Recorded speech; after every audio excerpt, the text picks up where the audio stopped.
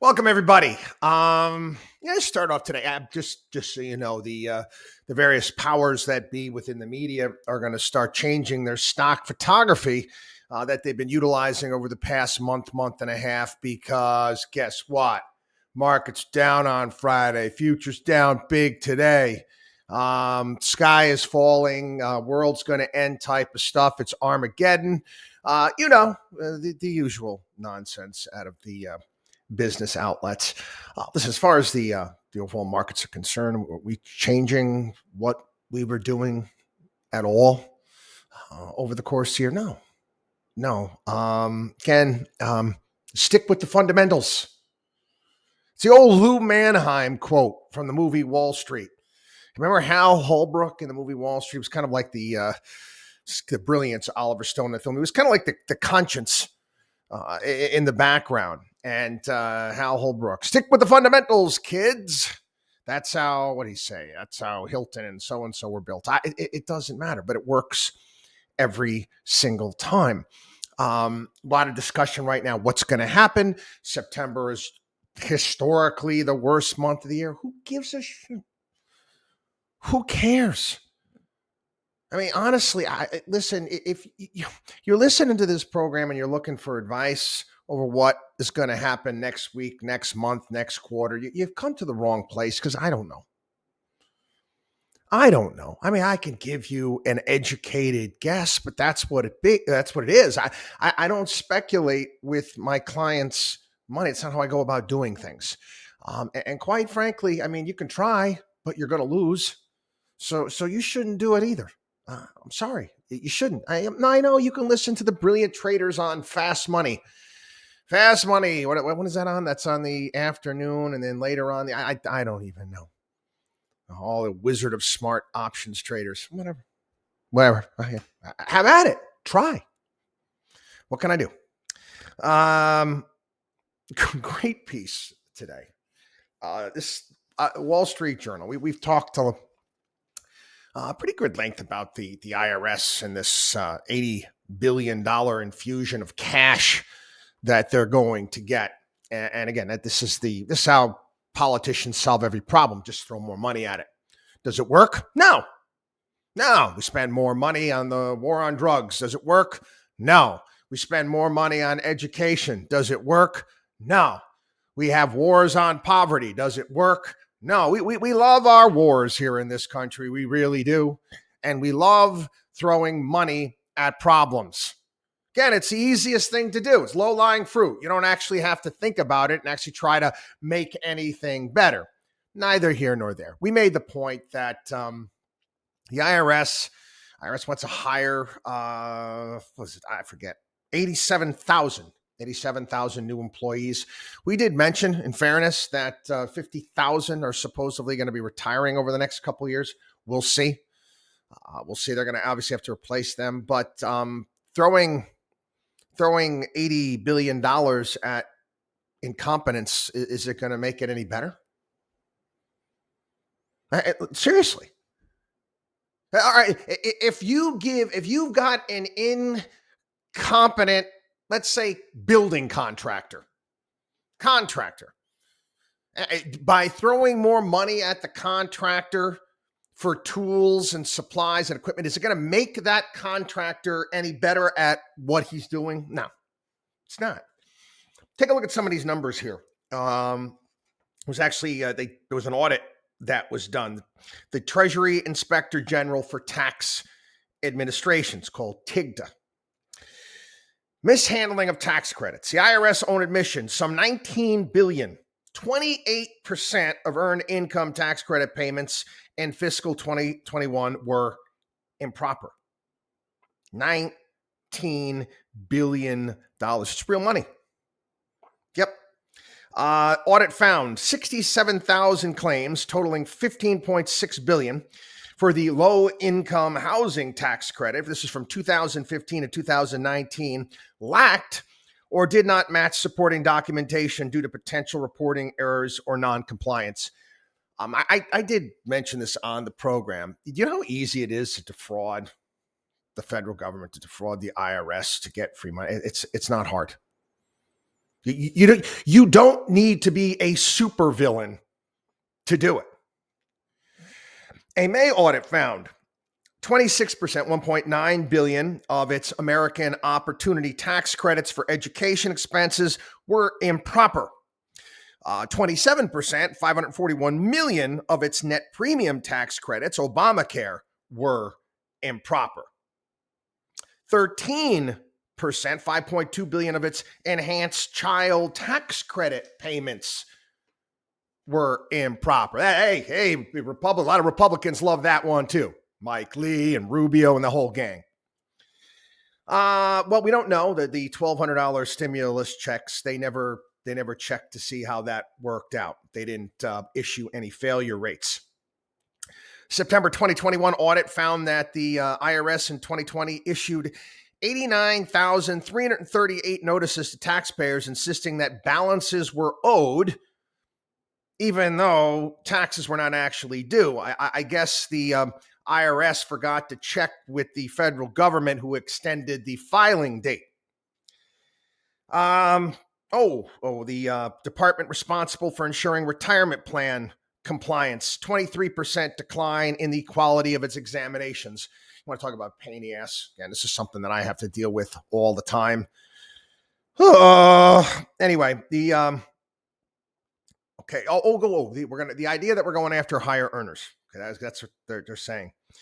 2010 Congress passed the Foreign Account Compliance Act, which is supposed to identify wealthy Americans using undisclosed foreign accounts. They said this was going to raise $9 billion in revenue by fiscal 2020. The IRS spent $574 million to implement the law. They came up with $14 million. You're doing it wrong. Okay, you spent over $500 million. Basically, a wild goose chase. You came up with $14 million. Again, this is what they're going to do more of. In essence, flush money down the toilet. Democrats say a turbocharged IRS won't pursue taxpayers earning less than $400,000, but don't believe it. Middle-income Americans are easier marks, as they are more likely to write a check than engage in costly litigation. And listen, article goes on, but you get the drift. You get the point. Again, just got a problem? Let's just throw some more money at it. This out of California. They got a new bill that's coming up in California, and it's pushed by the labor unions in California. Labor unions don't like a lot of these small franchise restaurants out there. They say that they're very reluctant to go union, and they're now going to have this this called the Fast Recovery Act. If the bill becomes law, which probably will, it will drive up fast food prices as much as 22%, hurt the franchise business model, which provides nearly 800,000 jobs in the state. Why single out the quick service restaurant industry? The bill's union backers, the SEIU, accuse quick service franchisees without evidence of being prone to labor law violations. Again, I'm going to be honest with you, and I'm sorry to all of my listeners and clients who live in California. Move. Sorry. Move. Okay. You say the same thing to me about New York, and I bitch and complain about this place. Listen, it's going to cost me. It does. It costs me for the next 2 years. Now, I'm making the sacrifice for my kids because they want to finish high school. I'm out. I can't stand this. And quite honestly, I kind of, the quicker that these states would collapse, fall apart, the better off we're all going to be. I mean, you got to hit rock bottom at some point in time, and California hasn't hit it. So keep going, guys. Keep going. I mean, I don't know what to tell you. We'll talk about inflation, food costs in a little bit. There was an editorial today by Francis Suarez, who's the mayor of Miami. This is in the Wall Street Journal today, and he went off on a rant. I got to hand it to him. I wish more Republicans would actually say what he's saying. But Republicans don't really say shit. Okay? They don't stand for anything. They don't. Okay? I know. Hannity's got a midterm. He's going to put his cheerleader skirt on and wave his pom-poms for all the Republicans out there. What do they stand for? What have they done? We're getting their ass kicked. It's the reality of the situation. You take a look at Biden's approval numbers, what's going on, but they're still getting shit done. What do Republicans do? Get anything done at all? Anyway, he talks. I'm going to take a little bit from here. He said, in Miami, many residents have personally experienced a socialist model along with its symptoms of hyperinflation, class resentment, and stagnant growth. 4 years ago, Miami residents elected me to pursue a different path. We reduced taxes dramatically. Our revenue base doubled. We invested in our police, and our crime rate dropped. Last week, we reduced taxes to their lowest level in history, cutting costs for residents and promoting economic growth. Now, listen to this. Now, why can't this be the rallying cry? Miami is a place where you can keep what you earn, invest what you save, and own what you build. We are meeting the high demand of rent costs by encouraging public-private partnerships, activating underutilized land through zoning reforms, and harnessing free market forces to build more. It works, and our new residents from New York and California can confirm it. But in this area of stagflation and recession, we know we must be bold and we must be brave. Even in Florida, we must embrace innovation and enterprise by eliminating the recent online sales tax. We must also eliminate the Florida commercial rent tax to increase our supply of commercial space for our growing economy of small businesses. At the federal level, we must keep the Trump-Ryan tax cuts, protect seniors and the working poor from inflation's devastating effects, and work to prevent inflation from pushing more middle-class and working-class Americans into higher tax brackets. Yeah. Anything else? I mean, do we really need anything else? Probably not. It's funny too is I got a lot of Democrat left of center listeners in states like Texas and Florida, and they send me emails, little barbs or whatever it may be. And I say to myself, I said, why are you guys still there? If you think it's so much better in these blue states, move here. You can move to New York. You can move to California. Don't give me, weather's great in Florida. Weather's great in Southern California too. We all know that. It's actually, probably a little bit nice. You're not dealing with all the humidity. What makes you stay?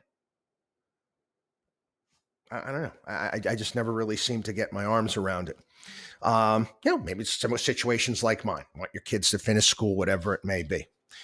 Anyway, this too. We talked about, there was a controversy in regards to the IRS and the ammunition depot that they've stocked up and the guns. It was a piece from the Rutherford Institute, and they start off with a quote from James Madison.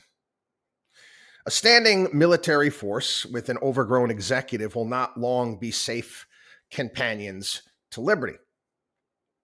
They go on. IRS has stockpiled 4,500 guns and 5 million rounds of ammunition, 621 shotguns, 539 long barrel rifles, and 15 submachine guns. The VA has purchased 11 million rounds. The VA? How's a VA need 11 million rounds of ammunition? That's 2,800 rounds for each of their officers, camouflage uniforms, riot helmets and shields, specialized image enhancement devices, and tactical lighting. Somebody want to explain to me why the VA needs this stuff? Health and Human Services. 4 million rounds of ammunition, 1,300 guns, including 5 submachine guns, 189 automatic firearms. Social Security, 800,000 rounds of ammunition. Armor and guns. EPA, 600 guns. The Smithsonian now employs 620 armed special aid. Explain it to me. Why? And listen, again, I know we're finishing up, and I mentioned before, we're finishing up with August. We're going into the worst month of the year for the American taxpayers, which is September, which is when all government agencies must go to zero. They must spend every dime that they have. Even if you were a government agency, you were an office somewhere that did a great job, that managed their money, that did a great job what you do, and you know what? You have money left over. You better spend it. You better spend it, or you know what? You're gonna lose your job. They're gonna be like, who's this jerk that's not following the rules? How dare somebody actually act in an efficient manner? Again, I talked about this before in the program. Okay, if I was in charge, I would actually give bonuses to government workers based upon the amount of money that they save and return to the taxpayers. But no, it's not how things work. You must spend it all. I remember there was this government agency. This was in Orlando, Florida. I forget what year it was. And again, it was coming up at the end of September. Had to spend it all. They bought Superman capes. Yeah, they bought Superman capes. They said, we're going to give them out to people with some work jobs program, and anybody that comes in is a superhero, and we're going to give them a cape. Yeah. Anyway, FTX, this is the crypto exchange controlled by this jerk, Sam Bankman-Fried. They got a cease and desist order from the FDIC telling the company to stop misleading consumers about the insurance status of their funds. The FDIC issued letters to 5 crypto companies, including FTX US. Unlike deposits held at U.S. banks, cryptocurrency stored with brokerages are not protected by the government. Now, I just put this into perspective. So these crypto a-holes, I'm sorry, I like smacking them around. I would love to bitch slap some of these crypto jerks. They know exactly what they're doing. They know exactly what. If I were to make such a ridiculous claim in regards to what I do, say that, your stock investments are guaranteed with the FDIC. No different when it comes to deposits, cash. Do you know what would happen? I'd lose my job. I'd lose my license. Be over. Done. Out of business. No more Markowski investments. Yet these jerks are allowed to put out this BS. Man, again, what do you do? I get angry about it, but then the other side of me says, you know what? No one is holding a gun to anybody's head and telling them to invest in fake money. They're doing it all by themselves. Similar thing here. There was a guy had a op-ed today on Fox Business, going after Gary Gensler and the Securities and Exchange Commission's overreach when it comes to cryptos. And he makes a good legal point based upon what the SEC is allowed to do. And I get that. But again, this guy is a crypto investor. He's involved in that industry. Doesn't want the SEC sniffing around. Listen, I tell him, the SEC sniffs around a lot of things. Does the SEC ever come up with anything before the damage is done? Let's just be honest. Okay? And I've explained this before. The Securities and Exchange Commission they come in after the fact. They come in after the damage is done. They're the CSIs, okay? They're the crime scene investigators.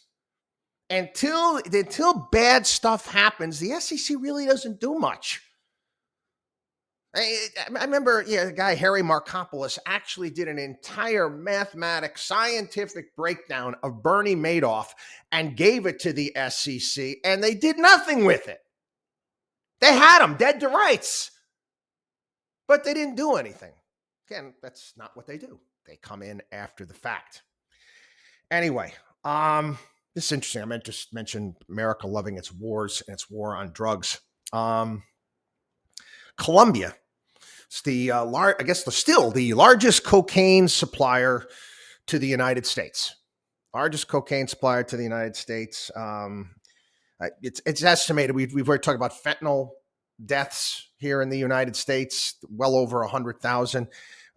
They're saying here that it's 25,000 overdose deaths due to cocaine. over the past year. And again, you think back on how long this war on drugs with Colombia has been going on. And again, you go back to Pablo Escobar, and that guy was, well, yeah, for all intents and purposes, printing money. And yeah, we've got our spraying and destroying farms and all that stuff. Yet Colombia is still the largest supplier of cocaine to the United States. We were in Afghanistan for over 20 some odd years.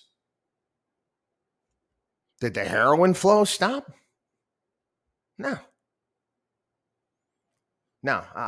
Again, people, if there's a demand for something, someone is going to go ahead and meet that demand. I'm going to be honest. I said, it's Colombia. It's their country. They want to decriminalize cocaine. Decriminalize cocaine. Maybe we should stop doing it. Just saying. Maybe we should just stop doing it. Oh, it's easier said than done. Well, you know what? How about that war on drugs, which we've spent ungodly sums of money on, that has done absolutely nothing? It's actually gotten worse instead of better. But again, what'll be the solution? Oh, we're going to throw more money at it. Let's be honest, people. Okay. It's an industry. It's an industry. And it was funny. The leadership in Colombia is like, one of the reasons why, the drug dealers here in Colombia love the fact that this is illegal because it makes their product more expensive. They're wrong? Are they wrong? I don't like drugs any more than anybody else does. You might not either, but is what they're saying, is it wrong? No. A little bit on politics here. Trump's Senate candidates say better call Mitch. Wall Street Journal today, and a lot of the Senate candidates that won in the primaries that were endorsed by Donald Trump are not doing that well. Not doing that well. And I said it here on the program. You had all of the cable news cheerleaders. Yay! Yay, elephants! Going to be a red wave. Really? Okay. You say so. I wasn't buying it then. And you take a look at a lot of these candidates now. Hey, listen, it's September. Got a couple months here. I know it's a lot of time, but also maybe not so much when it comes to time. These are the candidates that haven't been able to raise money. And now they have to go to Mitch McConnell and say, give us some cash. Give us some cash so we can compete. Okay. Again, I try not to pay. I mentioned this before here on the program. I don't like to get involved, in particular in races and places around the country. I know everybody was all, talking about Liz Cheney, and she lost because of the Trump thing, whatever. And she's been a tried and true conservative. Her last name is Cheney, for crying out loud. The daughter of freaking Darth Vader. And all the crap that the Bush administration did, including Cheney. Come on. People have a weird understanding of what conservative actually means. But anyway, neither here nor there. I don't live in Wyoming. I'm not going to get involved in Wyoming politics. That's the Tim Ryan, J.D. Vance race in Ohio. I don't live in Ohio. I shouldn't get involved in Ohio. And I made this point before in regards to, I was talking about getting money out of politics. In my opinion, the best way to get money out of politics, obviously, national elections is one thing. But I don't think it should be legal for anybody to give money to a candidate that is outside their district where they are registered to vote. Period. The end. Now, you can play this both sides. The Democrats have their boogeyman, the Koch brothers. So the boogeyman Koch brothers can't come into a race in a certain state where they don't live, they can't vote there, and send money to that candidate. Or you got another candidate in Georgia, and Rosie O'Donnell wants to make this candidate, and Rosie O'Donnell didn't live there. So you want to take money out of politics and make it a hell of a lot more local. Quite frankly, if you can't vote for that candidate, you shouldn't be allowed to give that candidate any money. We don't allow. It's illegal for foreigners to give money to candidates. Essentially, in a republic and the system that we have, you are a foreigner to that area. You can't vote there. Why should you be allowed to influence that election? Anyway, my opinion. Have a great day, buddy. Watchdog on WallStreet.com. Watchdog on WallStreet.com. We'll see you.